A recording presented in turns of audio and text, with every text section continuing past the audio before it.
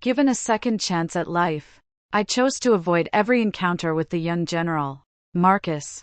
When he attended my cousin's coming-of-age ceremony, I feigned illness and stayed in bed.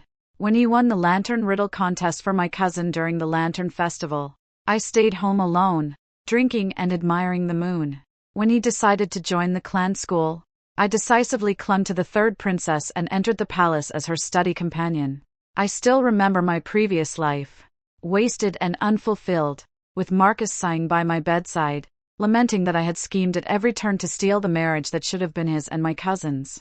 Even my only daughter accused me of being a hysterical madwoman, unlike her gentle and virtuous aunt. When the invitation to my cousin's coming-of-age ceremony arrived, my hands couldn't help but tremble. This thing clearly told me that it was heaven giving me a second chance. I dismissed the maids and submerged my body into the icy bathtub, refusing to come out even as I shivered uncontrollably from the cold. When the maid discovered me, she looked at me with an expression of disbelief. "Miss, the weather is so cold. Why must you torment your own body like this?" I only reminded her not to tell my parents about this. I waited until I developed a fever and the doctor confirmed that I was too ill to get out of bed, then used it as an excuse to avoid attending my cousin's coming-of-age ceremony. But isn't young Master Marcus also going to be there that day? Weren't you looking forward to it before?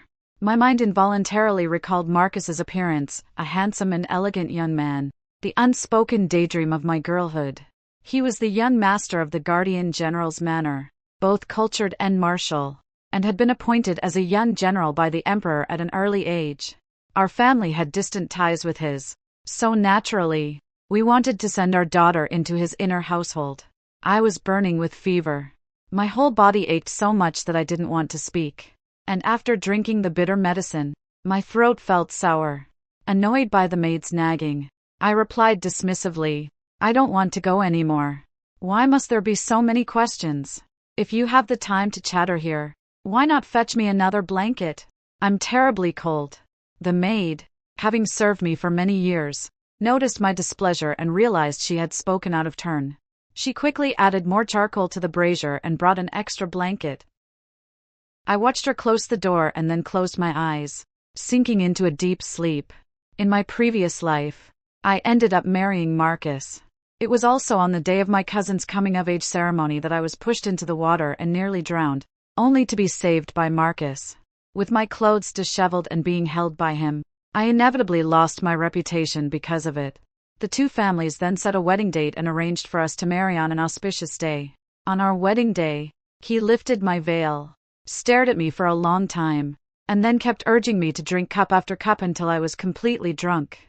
The next day, the purity cloth meant to symbolize my innocence showed no trace of blood. I was too ashamed to speak of it, and he never offered any explanation on my behalf. I was subjected to my mother-in-law's strict rules and became the laughingstock among the relatives, while he came home late and left early, acting as if he saw nothing. At that time, I had no idea what I had done to offend him. It wasn't until my cousin got married, and he, with reddened eyes and reeking of alcohol, pinned me down to consummate our marriage, that I finally realized there was someone else in his heart. Later, when I was pregnant and suffering from severe morning sickness, he always carried a sachet with him, a scent I had also noticed on my cousin. Marcus used an excuse to move into a separate room and never entered my courtyard again. When I gave birth to my daughter, I had a difficult labor. Upon learning it was a girl, he turned and left, and I was subjected to sarcastic remarks from the relatives around me. As my only daughter, I cherished her dearly and had long given up hope of having another child with Marcus. As I had expected, Marcus never shared a bed with me again. Under pressure from my mother-in-law, I began arranging concubines for him, and he favored these two concubines greatly as both bore a resemblance to his cousin. As my daughter grew older and reached the age for marriage discussions, I selected a few suitable families for her to choose from, hoping she would have a better marriage than I did.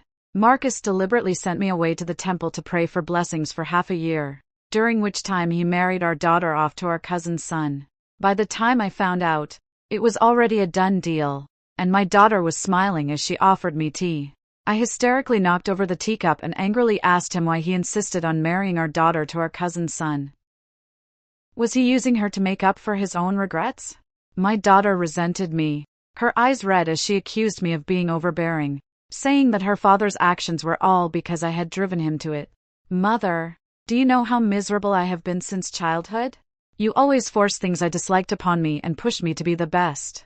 If it weren't for Brother Roan protecting me and my mother-in-law comforting me, I would have nearly given up on life several times. A woman who roars like a lion from Hedone. If I were a man, I would despise you, too. How could I ever share a bed with you? In your entire life, you have borne no children besides me, and it is all your own doing. Father can only wait for me to have a son so that he can adopt a grandson to inherit the family business. My daughter looks down on me. My husband ignores me, and even my son-in-law deliberately avoids me. But what wrong have I actually done? I had no idea back then that the two of them were already in love. I resent Marcus for not being honest before the engagement, which led me to blindly enter the Mu family, bear the reputation of breaking up a loving couple, and endure the veiled criticisms from my mother-in-law and relatives who were unaware of the truth. I resent my daughter for not knowing that I went through a life and death struggle to give birth to her, and for not understanding the sleepless nights I spent taking care of her. I worked tirelessly to raise her as a noble lady, hoping to give her better prospects in marriage, only to be told in the end that I brought it upon myself. I hate even more that in the countless days and nights, the poems my husband recited were all filled with deep affection for his cousin.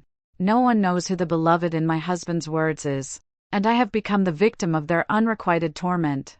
They want to make me, who knows nothing, bear the blame for a lifetime. Later on, I no longer wanted to endure it. Everyone says I am being unreasonable, hysterical like a shrew, saying I'm nothing like a proper general's wife, far less virtuous and magnanimous than my cousin. But I refuse to accept it. After a lifetime of toil and hardship, my appearance has become haggard and aged, nowhere near as lovely as my cousin's. I want a divorce, but Marcus firmly refused. He said his lifelong reputation couldn't be ruined because of me. In truth, he was afraid that if I left after the divorce, I would expose the truth and harm his cousin's reputation.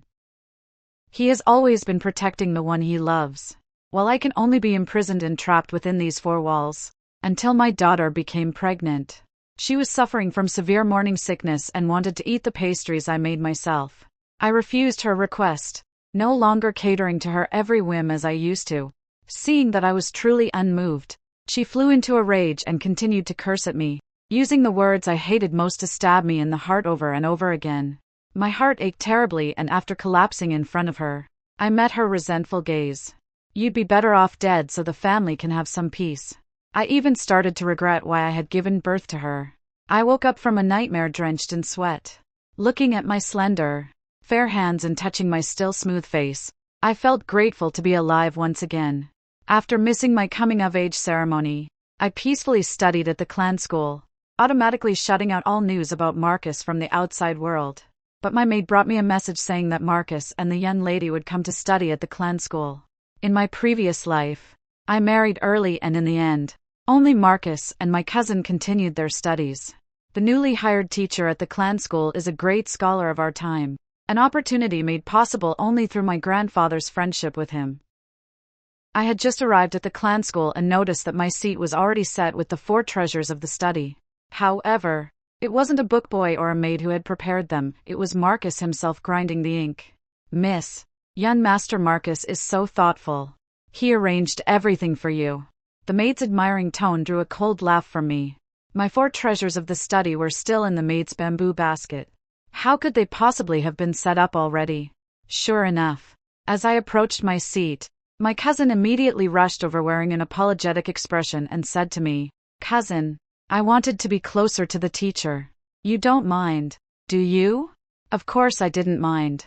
It wasn't that she wanted to be closer to the teacher, but rather that Marcus was sitting behind the spot without any intention of exposing her. I simply found a seat farther away from them and quietly waited for the maid to set up my things.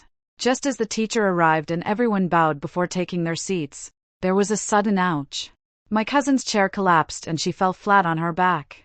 All the classmates in the clan school burst into laughter. What ill intentions could children possibly have? It was just that my cousin's situation was too comical. Of course, 2 people didn't laugh. One was me, The other was Marcus. I don't like to laugh, it's too childish.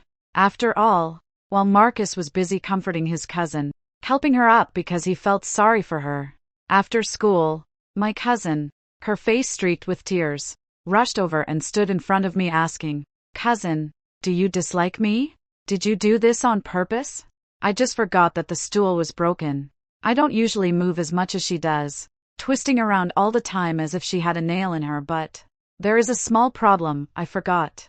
Hearing my words, my cousin cried even more sadly and Marcus immediately frowned at me. How can you be like this? Unable to stand others doing well? The next sentence is almost going to say I have no upbringing. Unfortunately, I am not the person I was in my past life. I won't rush to explain or justify myself. Calmly, I replied with the words he often said to me in my past life. If that's what you think, there's nothing I can do. He was left speechless by my words and only after a long pause did he continue. Yan Yang's older brother is close to me, so naturally, I care for her by extension. Besides, she just started at the clan school and her studies aren't as advanced as yours, which is why she sits closer to the teacher. Faced with my silence, he couldn't help but shake his head as if he felt it was pointless to say more. If you mind, I'll have her desk and chair replaced. Without expressing an opinion, I took my maid and left directly, preparing to attend the third princess's flower viewing banquet. In my previous life, I was completely devoted to Marcus. I went to my aunt's house for a small birthday banquet just to secretly catch a glimpse of Marcus there. Now that Marcus is no longer everything to me, I naturally set my sights on broader horizons. The third princess is someone who shares my interests. But back then, I married Marcus early and faced many restrictions, gradually losing contact. While rummaging through the cabinet to prepare a gift for the third princess, I came across the shoes I had personally made for Marcus. I thought about having the maid take them to the tailor shop to sell on the way to the banquet, as keeping them was truly an eyesore. After packing them into a bundle, I arrived at the third princess's villa. Several noble ladies greeted me, and in the rush, the maid mistakenly took the wrong bundle. When I handed the bundle to the third princess's maid, I had no idea that this mistake would lead the third princess to misunderstand me. How is that fair? The banquet began, and the princess brought out the chrysanthemums called golden stamen, which had just been cultivated by the gardener and were in full bloom. Everyone praised them profusely and composed poems and verses in their honor. I casually picked up a brush and wrote one, merely to join in the fun, with no intention of standing out. Just then, the crown prince happened to arrive. He took a liking to my poem, offered some comments, and even revised a couple of words, saying I had exceptional talent. I silently accepted the prince's praise. I never had any ulterior thoughts about someone so high above me and didn't expect to have much interaction with him. As long as I could be friends with the third princess, I could become her study companion and stay far away from Marcus and the others in the palace. I told the princess about my wish to become her study companion and she happily agreed at once, even chiding me for not mentioning it earlier. Back at the residence, the maid said Marcus had sent me a gift. When I opened it, it was a string of pearl tassels. Yen Master Marcus sent a message, hoping to exchange this for your Shoshan Stone inkstone. He hopes you will part with it. The Shoshan Stone is brightly colored and Marcus has always been a steady character. He isn't asking for it for himself. 9 times out of 10, it's his cousin who has taken a liking to it. Send it back. I won't exchange it. The next day, Marcus was already waiting for me at the entrance of the school, forcibly pulling me aside. I know you like me, but you can't let jealousy take over because of it. Yan Yan cried all night yesterday. How could you bear to take away what someone else loves? I looked up, gazing at Marcus's youthful face before me. So, he had always known about my feelings for him. That item belongs to me. If you want to force an exchange, who exactly is the one taking away what someone else loves? And there are some things you might have misunderstood. I don't like you, so don't ruin my reputation. My tone was indifferent as I looked directly into Marcus's eyes, making sure he understood that I wasn't speaking against my will. If you don't like me, why did you always have your maid send me things before? And why did you often find excuses to see me? Marcus didn't believe me, thinking I was using reverse psychology. Times have changed, and if I say I don't like it, then I don't like it. I'm not the only one with a Shoshan stone inkstone. You can easily go buy one elsewhere, but the one in your hand was made from a sketch I personally drew back then, which you then had the craftsman carve. My previously advancing footsteps halted as I suddenly remembered that detail from the past out of admiration. I picked up a discarded sketch from Marcus's desk and had a craftsman carve this inkstone using a newly purchased piece of Shoshan stone. Then I won't use it. I had the maid bring me a new inkstone, and then, in front of everyone, I smashed that Shoshan stone inkstone. Marcus's expression turned very unpleasant, and my cousin burst into tears, her eyes red. Cousin, how can you be so petty? This was Marcus's hard work. My things, when did they become Marcus's hard work? Since they have stirred up inappropriate thoughts in others, they should not exist. What I smashed was not just an inkstone, but my attitude toward others. Covetousness. I would rather destroy it myself than leave it for someone else. When I entered the study hall, I noticed that my cousin's desk and chair had been replaced with a more expensive rosewood set, standing out conspicuously among the ordinary furniture. The pearwood is sturdy. Marcus is truly willing to put in the effort. I died with my eyes wide open, unable to rest in peace. Thinking this, I took my seat after paying respects to the teacher, but I felt unsteady and ended up falling to the ground, my tailbone hurting terribly. Haha. Does Sister Furu look like a clumsy turtle when she falls? The 8-year-old cousin who was close to Yang pointed at me and laughed, and it wasn't until the teacher tapped the ruler twice that everyone quieted down. I didn't cry or make a fuss. I just silently stood up, turned around to pick up the fragments of the table and chair, found the mortise and tenon joints, and clearly saw the saw marks. I handed the items to the teacher and explained my thoughts. Soon, some people in the classroom stopped laughing. My cousin, who had been mocking me, admitted that he was the one who tampered with them, claiming it was just a simple prank. I knew it wasn't that simple, but since he insisted it was his fault, the teacher wouldn't investigate further. After school, Marcus stopped me to apologize on behalf of his cousin. Yun is still young and doesn't know any better. I've already scolded her, and I will send a formal apology to your residents. We're not even a family yet, and he's already lowering himself for his cousin. He must be afraid that once I find out it was his cousin's doing, I'll retaliate, so he's trying to get ahead of it. My cousin has already apologized, and he didn't even mention his cousin. There's no need to send me any formal apology. I got into the sedan chair without looking back, completely indifferent to Marcus's attitude. In the evening, the apology gifts were still delivered, and my mother even asked me privately about the reason, seeing a small bruise on my body, likely caused by a fragment from the chair. She couldn't help but advise me not to make enemies in the clan school. I nodded silently, thinking to myself that I had no desire to continue studying in the clan school. On the day of rest, the Crown Prince suddenly came to our home. After meeting with my father alone, I was called to the front hall. Your Highness, I entrust my daughter to you. My father was respectful and deferential to the Crown Prince, while I, having just arrived and unaware of the reason, could only quickly bow in greeting as I lowered my head. I noticed the pattern on the Crown Prince's shoes.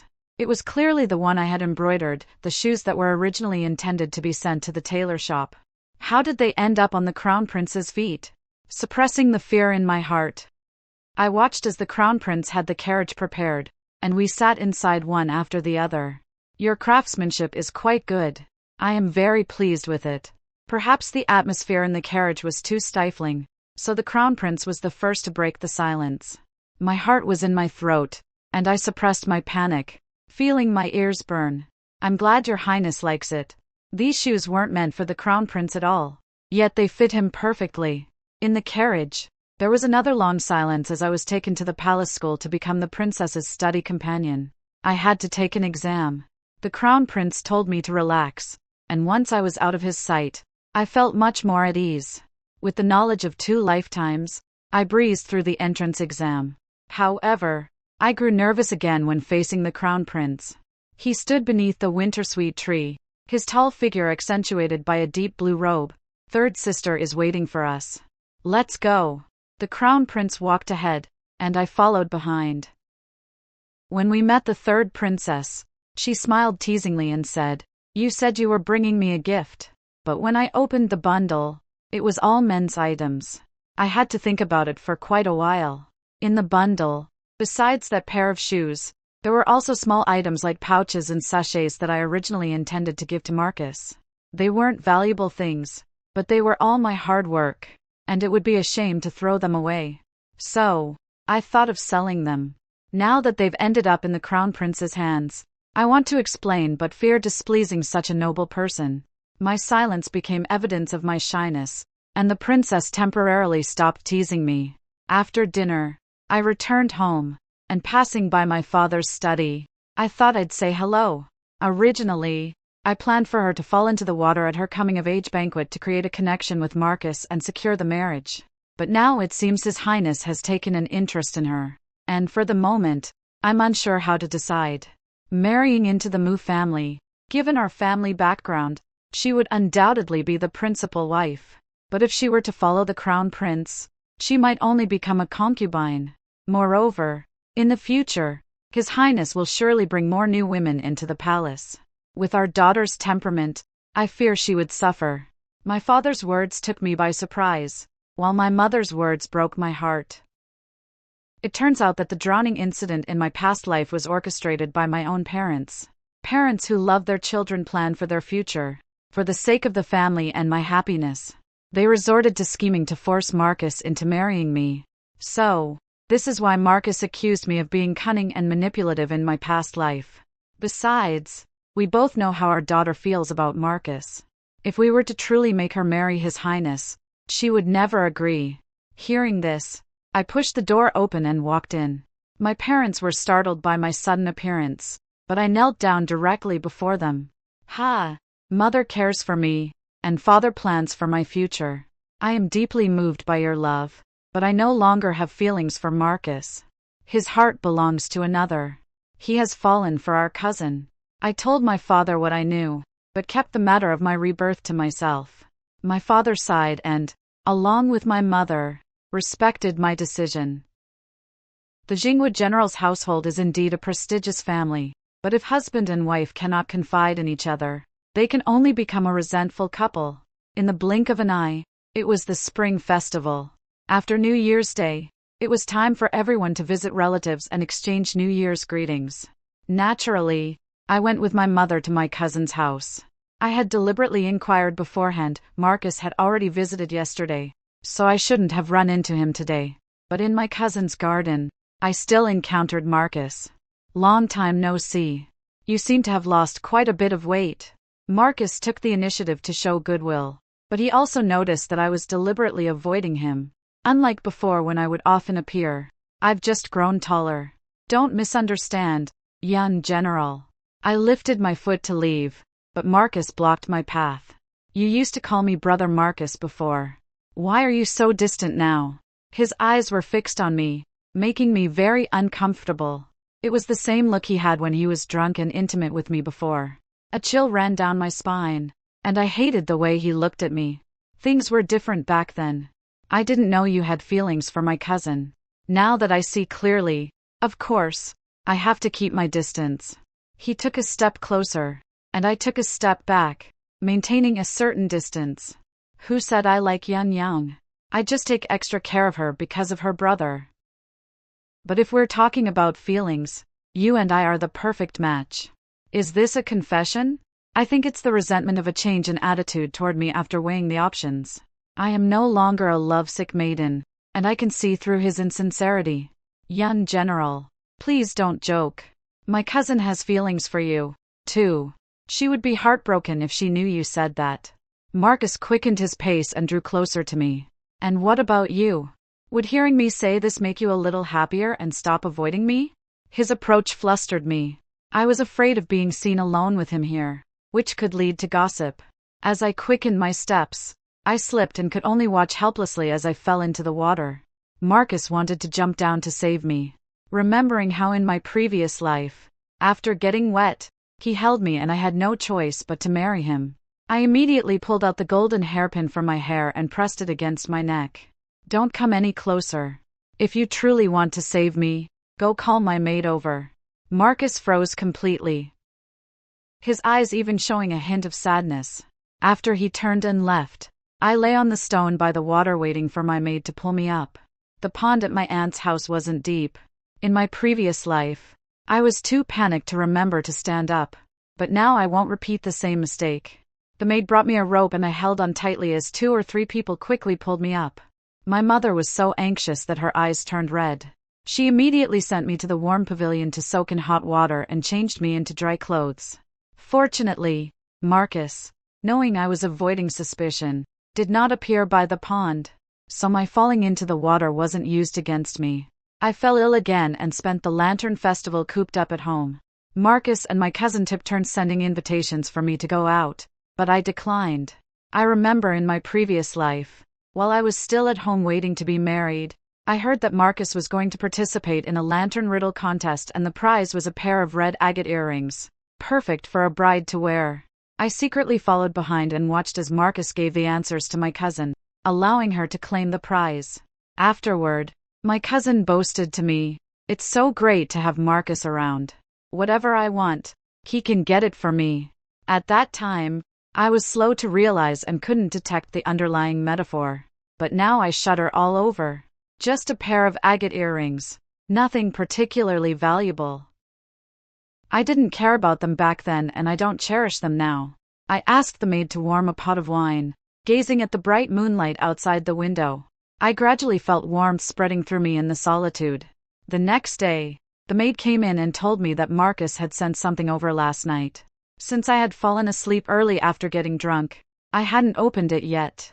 For a moment, I was puzzled, only to discover a small brocade box inside containing the agate earrings I had desired but failed to obtain in my previous life. Send it back. I don't need it. After returning the item, I didn't give it much thought because the date for me to enter the palace as the third princess's study companion had been finalized. I would be entering the palace tomorrow. I had the maid prepare some gifts and personally delivered them to the tutor who had just returned for the new year. He gave me some advice on what to pay attention to after entering the palace. Stepping outside, light snow began to fall again. Marcus, wearing a silver fox cloak, stood waiting for me in the courtyard. "Did you withdraw from the clan school just to avoid me?" I shook my head. Being chosen by the princess to serve as a companion in the palace is an honor for me. It will naturally benefit me when it comes to marriage discussions in the future. When did you become so calculating? You used to be completely devoted to me, and now you're thinking of marrying someone else. Marcus seemed rather embarrassed and angry. His eyes red as he stared straight at me. You and your cousin are the perfect match. I don't like meddling in other people's relationships. Since you've always been so protective of your cousin, let's not give anyone the wrong impression about us. My feelings for you are not a misunderstanding. If you care about me, I can cut ties with my cousin." As Marcus's words fell, his cousin was already standing behind him with reddened eyes, tears falling like broken strings of pearls. "Cousin Marcus, didn't you say you would cherish me for a lifetime? Now, for the sake of my cousin, where does that leave me?" I watched as my cousin walked up to Marcus, grabbing his clothes and demanding an explanation. Marcus chose to remain silent, just as he had in our previous life, using cold indifference to drive me to hysteria. The grievances I have nowhere to vent are slowly eating away at the rationality within me. When I desperately needed an outlet, Marcus responded with silence and avoidance. My cousin, not getting an answer, was so overwhelmed with anxiety that she fainted on the spot. Marcus panicked and quickly picked her up from the snow. "She's not in a good state. I need to take her to see a doctor first." I didn't bother to watch Marcus's hurried figure disappear. They lived in the west of the city, while I was heading to the palace in the east. We were no longer going in the same direction. Life in the palace was lived with caution, as I feared that a single misstep might bring trouble. Fortunately, under the princess's protection, I managed to live quite comfortably within my courtyard. Compared to my previous life, when Marcus kept me confined at home, I now had many friends. We composed poetry, enjoyed drinks, and studied together with the princess. My days were full and vibrant.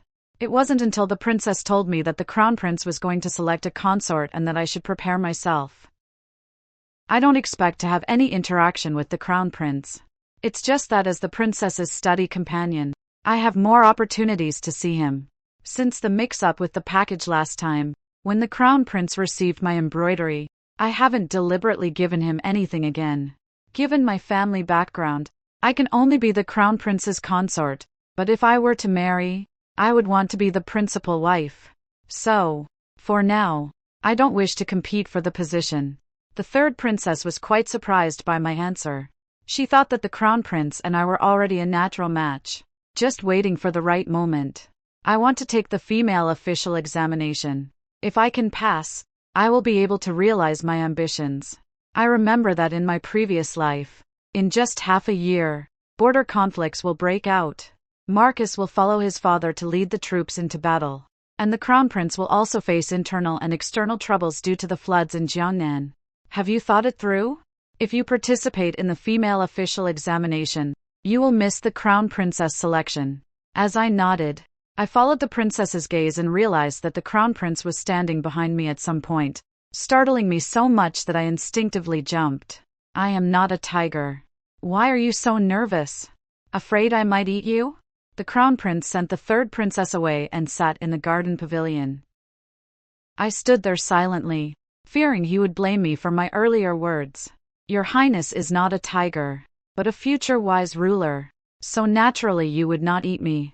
I pretended to remain calm, but as soon as I finished speaking, the Crown Prince added another remark. No, I want to devour you. I was momentarily stunned, and when I looked up, I happened to meet the prince's deep gaze. Just joking with you. Look how surprised you are. The prince's smile was radiant, his slender fingers holding a booklet that I had left at the princess's place a few days ago. Did you write this? I nodded. It was my policy paper on the flooding in Jiangnan. Though it still needed refinement, the Crown Prince handed the booklet back to me and gently patted my shoulder. Do whatever you wish to do. I will be your support. I looked up at the Crown Prince's handsome features. As he stood up, he seemed like a great tree, shielding me from the glaring sunlight. A halo of light radiated from behind him. On the day the Crown Prince was selecting his consort, I stepped into the inner hall for the female official examination, picked up my brush and wrote a well-prepared treatise on flood control, securing the top spot in one fell swoop. The Emperor personally appointed me as a female official, granting me the privilege to move freely within the palace from then on. Marcus requested to see me alone, sending 3 invitations in a row. Knowing full well that he was about to depart for the borderlands, I had no choice but to agree to the meeting. I never imagined that the girl who used to follow me around would now become a female official. However, as a woman, there are many restrictions. It would be more practical to marry and focus on raising a family. Marcus's gaze was intense, but his words were deliberately meant to put me down. Men aspire to achieve great things, and women can naturally hold up half the sky. The founding empress established female officials precisely because she hoped women could also serve the country with loyalty. How can you look down on female officials? That's not what I meant. I just wanted to tell you that I'm going to the border. Before I leave, my mother hopes I'll take a wife, and the one I've always envisioned as my wife is you. I let out a cold laugh. Marcus still hadn't given up on me, but my husband could never be you in this lifetime. Marcus seemed struck, and I caught the way his hands clenched into fists within his sleeves. His confusion stemmed from my sudden clarity. Recalling the life I had wasted on him in my previous existence, I couldn't be bothered to answer. Even female officials must leave the palace to marry by the age of 25. If I can return safely this time, I hope you will give me a chance. In life, one should not be confined to trivial affections. Since you and I are not meant to be, it's better to part ways and forget each other. Your repeated attempts to find me are nothing more than unwillingness to let go. Back then, as a young girl with budding feelings, I developed admiration for you. And my cousin also harbored affection for you. Wandering between 2 women, did you secretly feel proud? I watched his expression gradually darken as he tried to explain himself to me. There's no need to say more. The way you are now disappoints me. This is the last time. I turned and left, and soon after, I heard that Marcus had married my cousin. When I returned home on my day off, my mother told me about it, and I couldn't help but sigh. It turned out that after Marcus saw me that day, he got heavily drunk. My cousin took advantage of his unconscious state, deliberately undressed, and lay beside him. When they were found in a state of disarray, the marriage was hastily arranged. Since the imperial decree for the expedition had already been issued, the wedding was exceptionally simple. A bridal sedan chair carried her into the Mu residence, and Marcus left the city with the army shortly after. 3 years later, I was already 20 years old. The crown prince had selected several consorts, but had yet to decide on a primary consort. The princess told me that His Highness the Crown Prince was waiting for me, but I just smiled and shook my head. Rather than obsessing over a man's love, it is better to hold power firmly in my hands. I combined the strategies in my hands with the foresight of major events from my past life, repeatedly helping the Crown Prince resolve troubles, and even earning in front of the Emperor through my efforts. The position of female official is no longer just a figurehead. I can finally stand in the court just like my father. However, I am still in the outer hall, far from the pinnacle of power. Marcus returned victorious at this time, his armor gleaming with a cold light, frowning deeply at the sight of me in official robes. A hen crowing at dawn is an ill omen. How dare you presume to take your place in the court? I and Marcus were at odds with each other, clashing time and again in the imperial court, as if we had become mortal enemies. At the age of 25, I was approaching the time of my retirement, and I couldn't help but feel anxious. Marcus became even more opposed to my political views in the court, and the emperor's health took a turn for the worse. Logically, the crown prince should have been overseeing state affairs, but the emperor instead ordered the fifth prince to assist in governance. I sensed a whiff of conspiracy and went to seek the counsel of the third princess and the crown prince. But as soon as I left the house, someone stopped the carriage. My cousin stood in front of it, demanding to see me. It had been years since we last met, and she looked much more haggard, despite being only in her 20s. She already had strands of white hair at her temples. Marcus is planning a rebellion. You must prepare yourselves.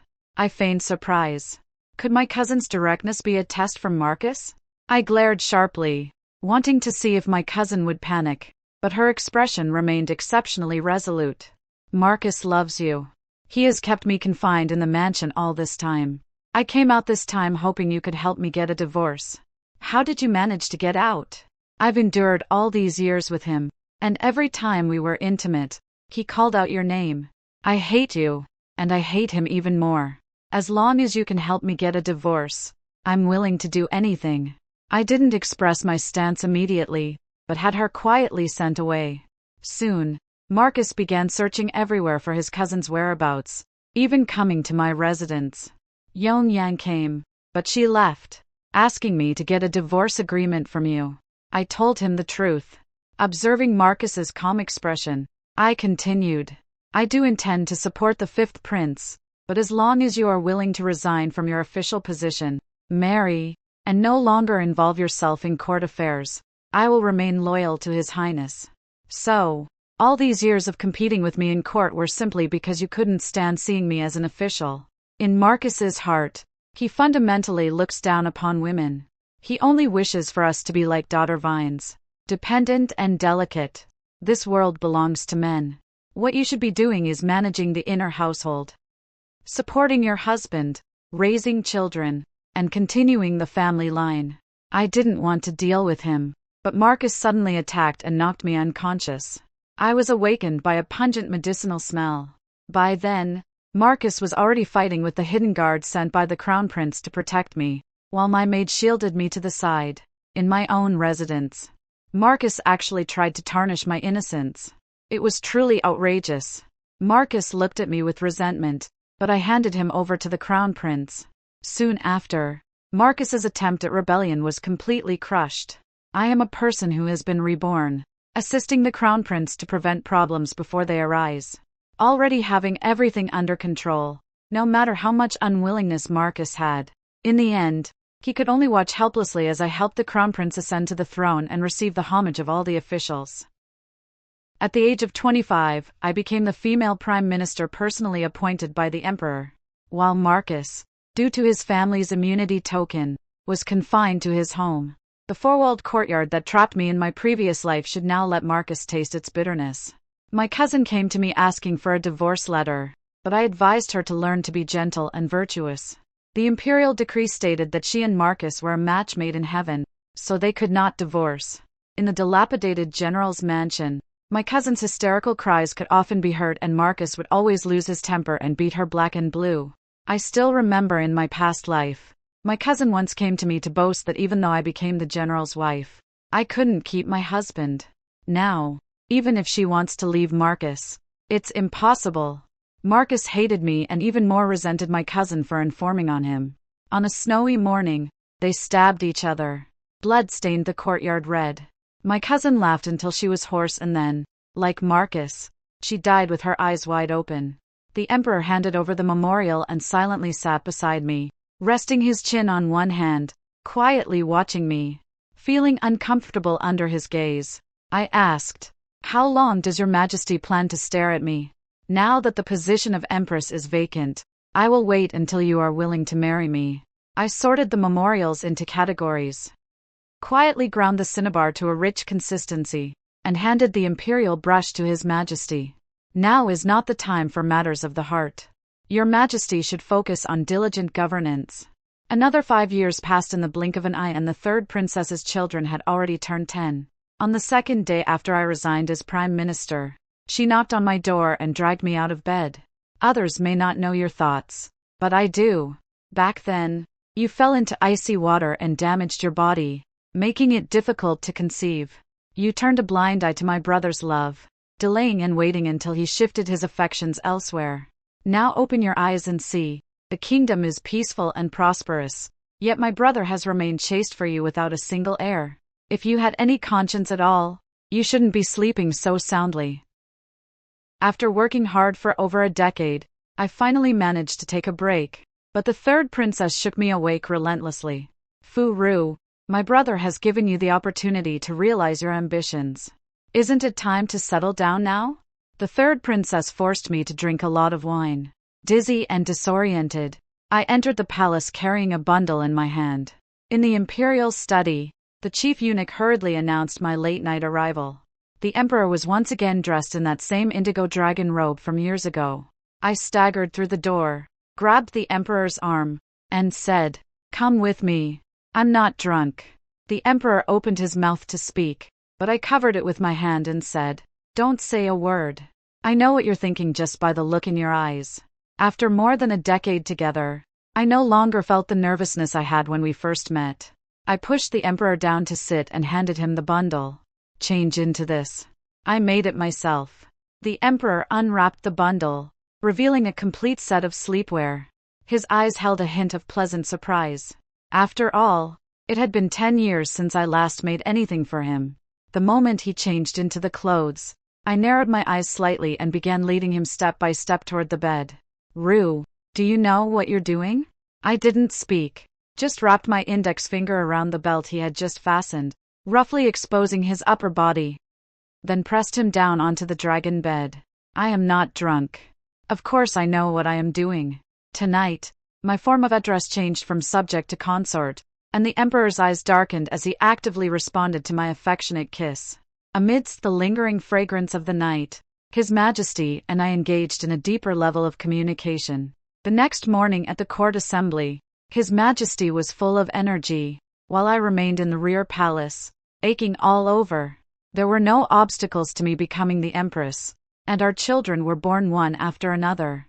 After 2 sons, when I finally gave birth to a daughter, His Majesty no longer allowed me to have more children. Recalling my past life, I silently tightened my grip on His Majesty's hand. I intended to live a carefree life without marriage or children, but someone became my bright moon. "Why? What nonsense are you spouting?"